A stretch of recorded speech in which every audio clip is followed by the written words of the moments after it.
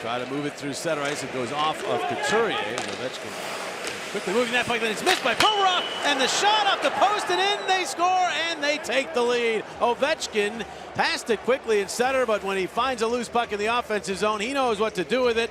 He puts it in the net, and Ovechkin makes it 1-0 Capitals. You cough it up when he's on the ice, and it's going to end up in the back of the net. And this is just a perfectly placed shot. Flyers have a tough time with this puck here. Very difficult play for Provorov. He can't come up with it, and Ovechkin just absolutely rips it off the post. Here's the little chip pass from Brian Elliott.